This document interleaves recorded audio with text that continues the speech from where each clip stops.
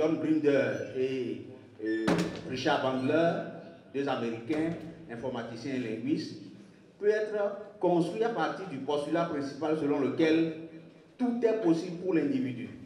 En fait, leur révolution dans cette créativité, dans cette création, c'est dire que tout est possible pour l'individu, le groupe, la communauté ou le peuple, et il n'est jamais trop tard de remplacer sa vie, de prendre son destin en main. Donc, dans la construction de ce postulat en programmation neurolinguistique, personne ne doit échouer selon les auteurs et tout être est en réalité programmé pour réussir.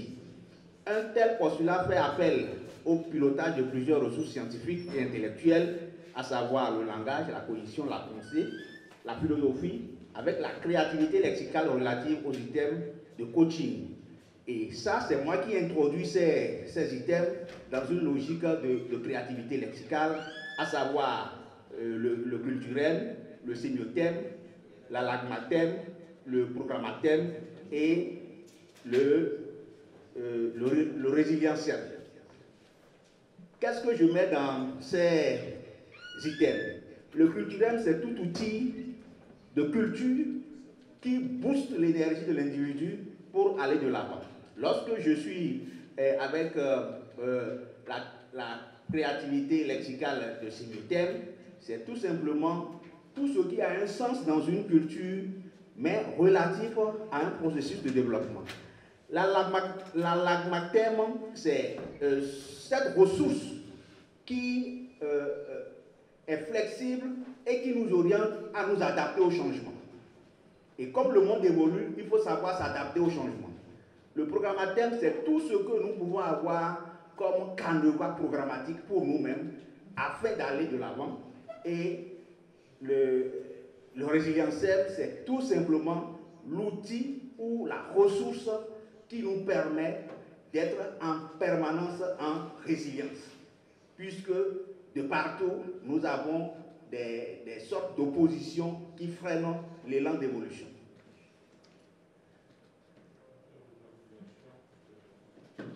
Oui, il y avait ce caméra qui m'empêchait de voir tout, mais je peux rester debout ici.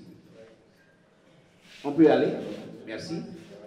Alors, pour continuer le cadre théorique, je dirais que les individus ou les peuples doivent résoudre permanemment les équations triadiques entre pensée, langage et comportement.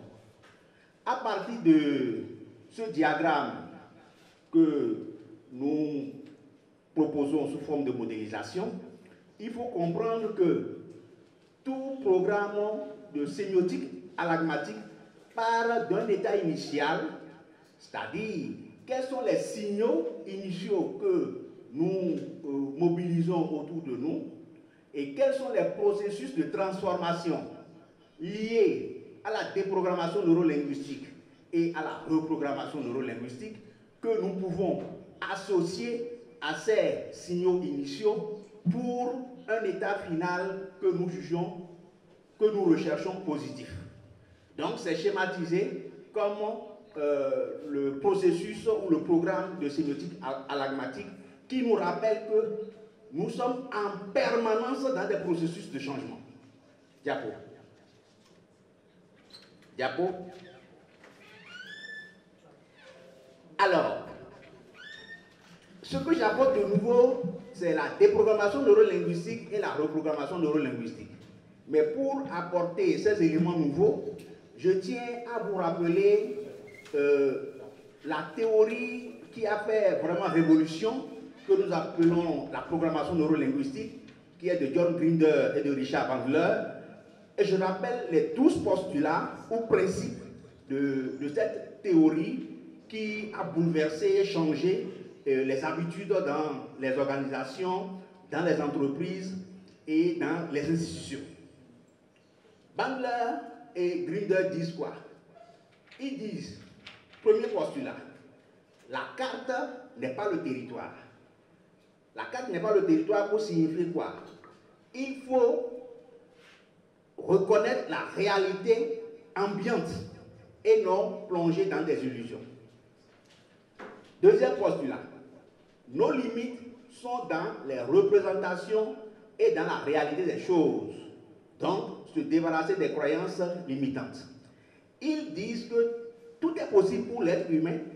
Il suffit tout simplement d'avoir de bonnes représentations pour pouvoir évoluer. Troisième postulat, se demander comment ça marche et non pourquoi ça marche. Donc, s'approprier le processus du succès, le processus d'évolution. Quatrième postulat, notre raison nous impose les choix utiles. Donc, ils sont dans la logique du rationalisme ou de cognitivisme.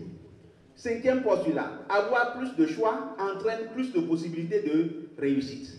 Sixième postulat, derrière chaque comportement, pensée ou émotion, il y a probablement une intention positive, d'où la nécessaire flexibilité dans le jugement d'autrui.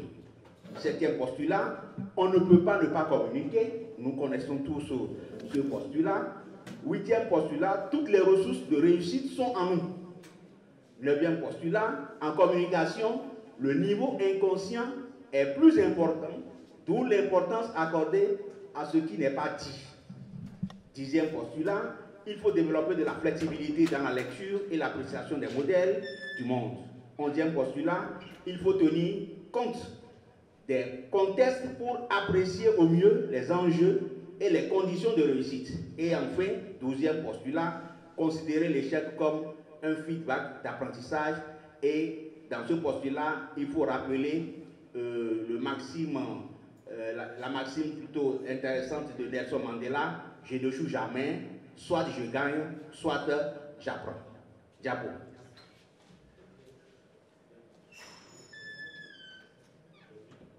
Alors, en opposition à ces postulats de la programmation neurolinguistique, j'ai dans mes recherches construit 12 postulats de déprogrammation neurolinguistique. Surtout pour nous autres Africains. Parce que l'homme africain pense que c'est les autres qui doivent toujours apporter des modèles pour lui. L'homme africain a toujours pensé ça. Les solutions viennent d'ailleurs. On doit appliquer pour les autres pour réussir. La façon dont les autres ont réussi, c'est de cette même manière que nous devons réussir. Et réfléchissant à la programmation neurolinguistique de Grinder, de Bandler, j'ai dit, mais ça c'est un gros piège que Bandler, Grinder nous tendent. Et si nous, Africains, nous ne déconstruisons pas nos mentalités, nous risquons de tomber dans ce piège de facilité et suivre des modèles déjà construits alors que nos réalités ne sont pas les mêmes. Donc, cette réflexion m'a permis de construire 12 postulats à opposer aux postulats de la programmation neurolinguistique. Et ces 12 postulats, je les ai appelés les postulats de la déprogrammation neurolinguistique. Premier postulat. La carte n'est pas le territoire, mais elle permet de reconnaître, excusez, le territoire par une lecture sémiotique, d'où la focalisation, la planification des ressources stratégiques déclinées en force, faiblesse, opportunité, menace, action et résilience. Ça veut dire que il faut tenir compte de son propre contexte et non faire la projection sur ce qui a réussi pour l'autre. Deuxième postulat. Nos limites sont dans la réalité des choses lues à travers les forces agissantes dominatrices. Oui. Il faut donc éviter l'illusion et l'utopie. Lorsque vous savez qu'une force est totalement supérieure à vous, inutile d'aller affronter cette force. Inutile d'aller affronter cette force. Il vaut mieux éviter cette force pour chercher son chemin que de dire nos limites sont dans nos pensées et croire qu'on peut tout affronter. Oh non, on ne peut pas tout affronter. Nos limites sont dans les réalités des choses. Il est plus fort que moi, je dois reconnaître qu'il est plus fort que moi. Et chercher un autre chemin. Troisième postulat. Se demander comment ça ne marche pas. Nous, Africains, nous devons nous poser la question de savoir pourquoi ça ne marche pas pour nous. Nous avons toutes les ressources dans nos sous-sols. Nous avons l'or, le diamant, le pétrole, le manganèse. Nous sommes le continent le plus riche en matière de ressources naturelles, mais pourquoi nous sommes considérés comme le continent le plus pauvre? Donc nous devons nous poser la question de savoir pourquoi ça ne marche pas.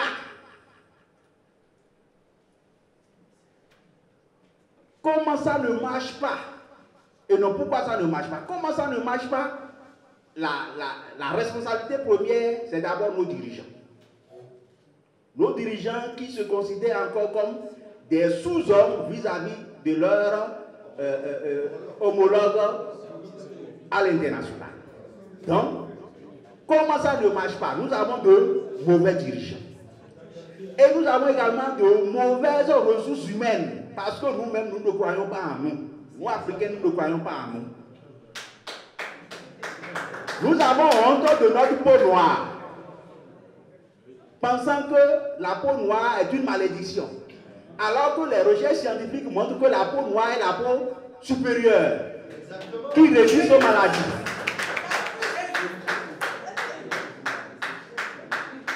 Et nous sommes, même intellectuels de haut niveau, nous sommes confinés dans de la péjoration, y compris même de hauts intellectuels, ceux qui ont créé la négritude. Je n'étais pas là à leur époque, mais j'aurais combattu la négritude parce que c'est une acceptation d'une négativité. Nous ne sommes pas en réalité noirs. Notre peau est peut-être café, marron et autres. La couleur noire est connue. Autant nous allons prendre nos photos pour demander quelle est cette couleur. On ne va jamais répondre que c'est la couleur noire. Pourtant, nous acceptons nous faire appeler noir. Encore que cette couleur de peau n'est pas attributive seulement aux Africains. Il y a les Indiens aussi qui sont noirs. Il y a les Américains, les Sud-Américains, les Colombiens. Il y a plusieurs peuples qui sont noirs. Pourquoi c'est seulement les noirs du continent africain qu'on appelle noirs? C'est gênant. Quatrième postulat. Notre raison nous impose des choix, nos émotions aussi. D'où le contrôle intelligent de la raison, des émotions et des sentiments. Vous voyez, le Bandler et Grinder ont joué sur le rationalisme, sachant que les Africains ont une faiblesse, la faiblesse émotionnelle. Donc, ils cachent ce volet de faiblesse émotionnelle pour faire croire que tout marche avec la raison. Mais c'est parce que nous autres, nous sommes faibles en émotion que nous continuons d'être en retard. Donc, nous devons reconstruire notre résistance émotionnelle, reconstruire notre résistance sentimentale et avoir le courage de créer des ruptures épistémologiques avec nos colonisateurs, nos anciens colonisateurs. Cinquième postulat, avoir plus de choix entraîne certes plus de possibilités de réussite, mais se concentrer sur des choix très réduits favorise une meilleure planification, concentration et opérationnalisation, car qui trop embrasse, mal est trait. Sixième postulat, tous les comportements ne sont pas nourris de pensées positives, d'où s'efforcer à la loi absolue de l'agriculture, à savoir qui sème le vent récolte la tempête. Et nous doit signer Beno Fioa. Ça, c'est dans ma langue, la langue marquée, la langue. Donc, quand vous semez l'arachide, ça ne pousse jamais le souchet. L'arachide va pousser l'arachide. Donc, qui sème le vent récolte la tempête. Septième postulat, on ne communique pas toujours à travers une complexité de codes, ni avec les acteurs culturellement antagonistes. Vous voyez, les Européens ont toujours considéré que nous avons une autre culture. Donc, notre manière d'accepter aux autres leur culture, sans forcément qu'il y ait réciprocité, cela nous met toujours en retard. On devait cultiver la réciprocité avec nos partenaires européens et américains. Mais nous sommes toujours les mains tendues à recevoir d'eux, c'est une faiblesse. Le langage permet d'exprimer sa pensée et permet de répondre à tout nouveau contexte de communication linguistique. Quart de mois sur la réflexion de Descartes dans le discours physique de la parole 1666.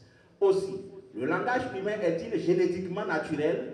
Les langues sont-elles socialement culturelles? Et les langues, en définitive, sont contextuellement communicationnelles. Qu'est-ce que je voudrais dire par là? Tous, autant que nous sommes liés par le lien de sang. Mais les forces de séparation qui ont séparé nos différents territoires, qui ont créé les différentes frontières, montrent toujours que nous sommes différents par la langue. Là encore, c'est une faiblesse. Parce que ce qui nous unit fondamentalement, c'est le langage de la peau, qui montre que nous appartenons tous à une racine génétique. La preuve, nos frères américains ne parlent plus nos langues. Pourtant, ils sont originaires d'Afrique, mais ils ne parleront plus jamais les langues d'Afrique. Et parce que les langues sont culturelles et non naturelles, aucune langue n'est naturelle, en remontant à des recherches diachroniques, nous allons constater que la plupart de nos langues sont nées à travers la constitution des grands empires de l'Afrique occidentale ou de l'Afrique orientale et autres. Donc les langues naissent et meurent. Autant nous ne devons pas comprendre nos différences par les langues, mais nous devons davantage nous unir par le sang. 9e postulat, dire c'est faire. Il est donc nécessaire de rendre la communication consciente et explicite en évitant la communication implicite, inférentielle ou la communication par le silence. Même si dans le silence, il y a de la communication selon l'école de Palo Alto. Donc il faut être suffisamment clair. 10e postulat, il faut développer un esprit de la relativité face au modèle du monde et se focaliser sur sa propre modélisation. J'insiste là-dessus. Se focaliser sur sa propre modélisation, ses propres forces, ses faiblesses, ses opportunités, ses menaces, ses actions et sa résilience. Car tout être humain, chaque personne est unique en son genre. 11e postulat, il faut tenir compte de sa force d'esprit et de l'énergie divine en soi pour contrôler les enjeux en minimisant les conditions de réussite qui peuvent varier en fonction des temps, des espaces, des cultures et des contextes. 12e postulat, il faut éviter la répétition ou la récurrence de l'échec, car sa fréquence régulière n'est plus source d'apprentissage, mais plutôt un facteur puissant d'affaiblissement psychologique, neurolinguistique, contredisant ce que Mandela a dit, je ne perds jamais, soit je gagne, soit j'apprends. Car apprendre dans la constance de l'échec est nuisible. Il ne faut pas dire oui, nous Africains, on est les derniers et se complaire dans cette position, c'est dangereux. Alors, lorsque je quitte ces postulats de déprogrammation neurolinguistique, j'en arrive au postulat de reprogrammation neurolinguistique. Et comme premier postulat, j'inscris rien n'est impossible à l'homme plongeant sa persévérance en Dieu ou en l'énergie cosmique absolue à travers les forces agissantes bienfaisantes. Donc, il faut éviter de nous nuire nous-mêmes. C'est pourquoi j'ai parlé de forces agissantes bienfaisantes. Il faudrait que nous transformions notre sorcellerie maléfique négative en sorcellerie positive pour avancer. 2e postulat. La conscience de l'amour de soi génère la domination de l'esprit sur la matière. 3e postulat, réussir et échouer font partie de la vie, mais réussir souvent est vivifiant et vital, échouer rarement est réconfortement. 4e postulat, tout être humain possède les ressources intelligentes, stratégiques, les habiletés, les capacités, les compétences et les talents pour évoluer, pour surmonter les difficultés, les barrières, les obstacles, les échecs, en vue de réussir efficacement dans tout environnement, paisible ou non paisible. 5e postulat, les changements dans le temps et dans l'espace sont des épreuves pour l'intelligence humaine, antagonistes à la stagnation et à l'inactivisme pour transcender la matière. Et 6e postulat, tout échec est d'abord spirituel avant d'être matériel. De même, toute réussite est d'abord spirituelle avant d'être matérielle. Toute réussite matérielle, sans ressources spirituelles divines et cadrage et ou accompagnement, n'est que vanité et pourrait être du vent. Donc il faut toujours associer la réussite matérielle à une réussite spirituelle. Alors, en discussion, je me suis appuyé sur mes outils en sémiotique pour comprendre que tout est sens dans le monde. Et parce que tout est sens, pour mieux s'adapter au processus de changement que j'ai appelé les situations alagmatiques, il faut s'approprier les outils de la sémiotique qui nous focalisent sur les éléments de changement. J'ai parlé de sémiotique opérationnelle, de sémiotique appliquée, de sémiotique ouverte, de sémiotique culturelle, diapo. Et je suis arrivé à une conclusion pour montrer que la modélisation de la déprogrammation neurolinguistique et de la reprogrammation neurolinguistique par la sémiotique de l'esprit sur la matière est une sémiotique à la fois de rupture et de résilience. Par la déprogrammation neurolinguistique et la reprogrammation neurolinguistique, les peuples et les individus sont organisés à partir du contrôle de leurs ressources et de leur destinée. Les trois dispositions de l'esprit pour un homme sérieux cultivant le succès sont, j'ai rappelé, l'honnêteté mentale, la sincérité du cœur et le détachement. Et pour me rattacher toujours au contexte de notre colloque, j'ai rappelé que la mobilisation des ressources à travers les éléments de culturel, les sémiothèmes, les alagmathèmes, les résilienthèmes, leur sont alors indispensables. Indispensables à l'individu et au peuple qui souhaite le changement. Je vous remercie de votre attention.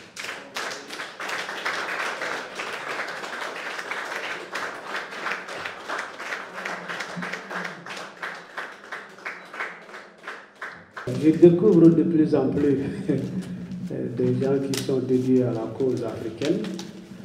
Alors, je dis vraiment bravo pour cette communication. Une fois de plus, vos ovations méritent d'être faites.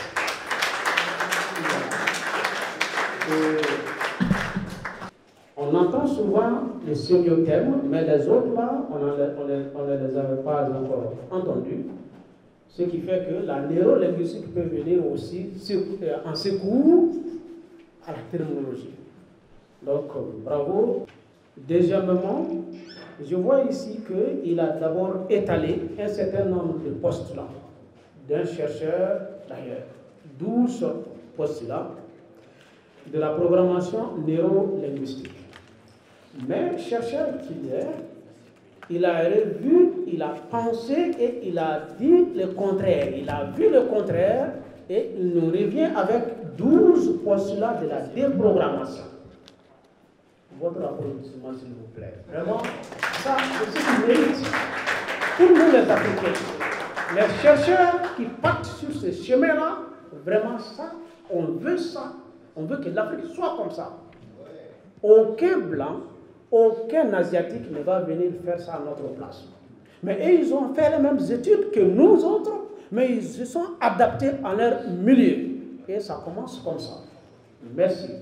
Merci encore, professeur, et merci, professeur Babidi. Lorsque je vais à la déprogrammation, le postulat 2 et le postulat 9, à mon sens, se contredisent. Je voudrais la l'explication. Mais au-delà du postulat 1, le postulat 2, sans laisser l'homme passif devant les réalités. Ce n'est pas parce que le type est dictateur que je me dis, ben, parce qu'il a le pouvoir, il a la force politique, il a la force militaire, policière, que je vais me taire. Non, il faut le déboulonner. Voilà. Merci beaucoup.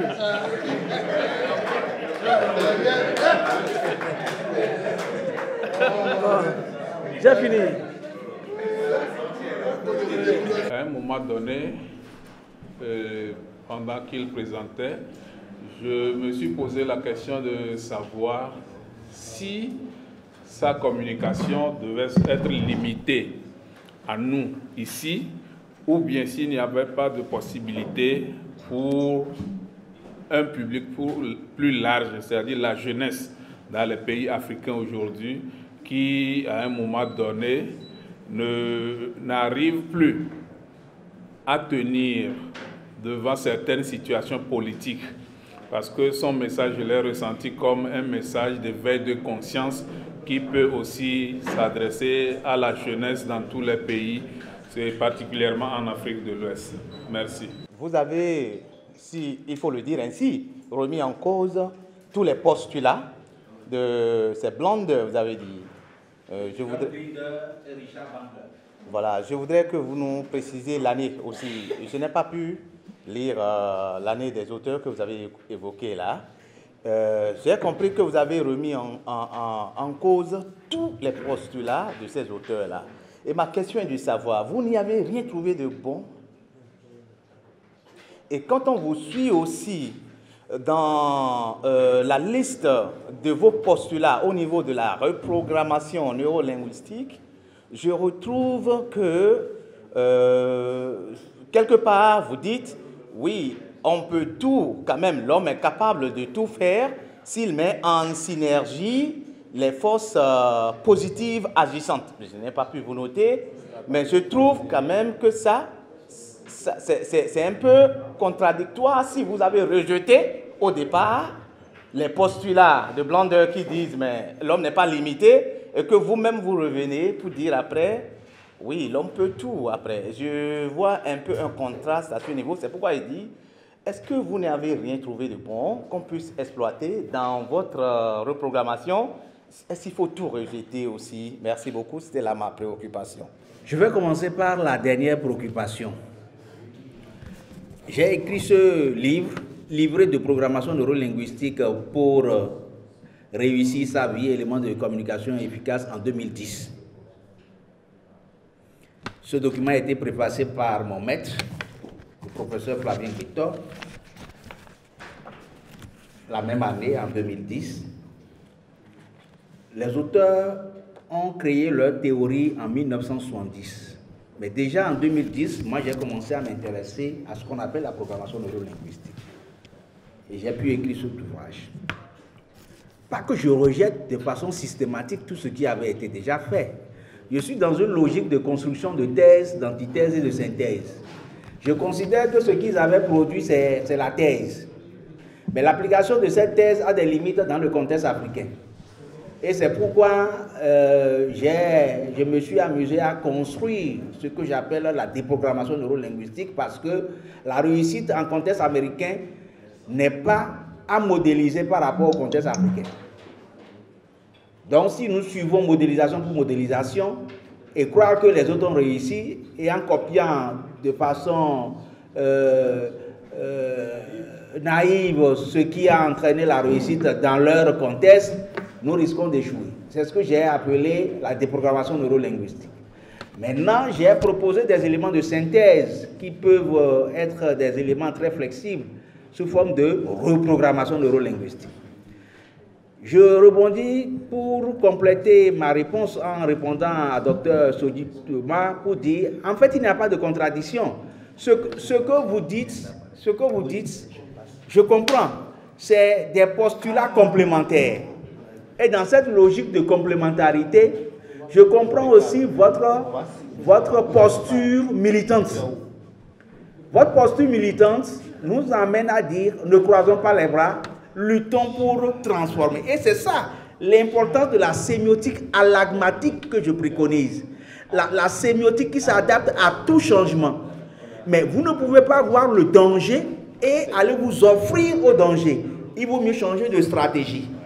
Donc, dire qu'il y a un dirigeant dictateur, il faut l'affronter, il faut le dénoncer, mais il faut trouver la manière, il faut trouver la stratégie. Sinon, le dirigeant dictateur vous écrase et vous élimine, vous êtes un martyr et on vous a déjà oublié. Et je rappelle pour dire, la faiblesse aujourd'hui de l'Afrique, c'est de n'avoir pas compris le sens véritable de l'indépendance. L'indépendance, pour moi, s'inscrit à 3 niveaux essentiels. Premier niveau, c'est l'indépendance linguistique, culturelle et politique. Du point de vue linguistique, nous ne sommes pas totalement indépendants. Nous sommes en train de faire notre conférence en français. D'autres le feront en anglais. Nous ne sommes pas totalement indépendants. Il va falloir développer des langues transfrontalières, des langues d'autonomisation d'Afrique pour cacher un certain nombre de choses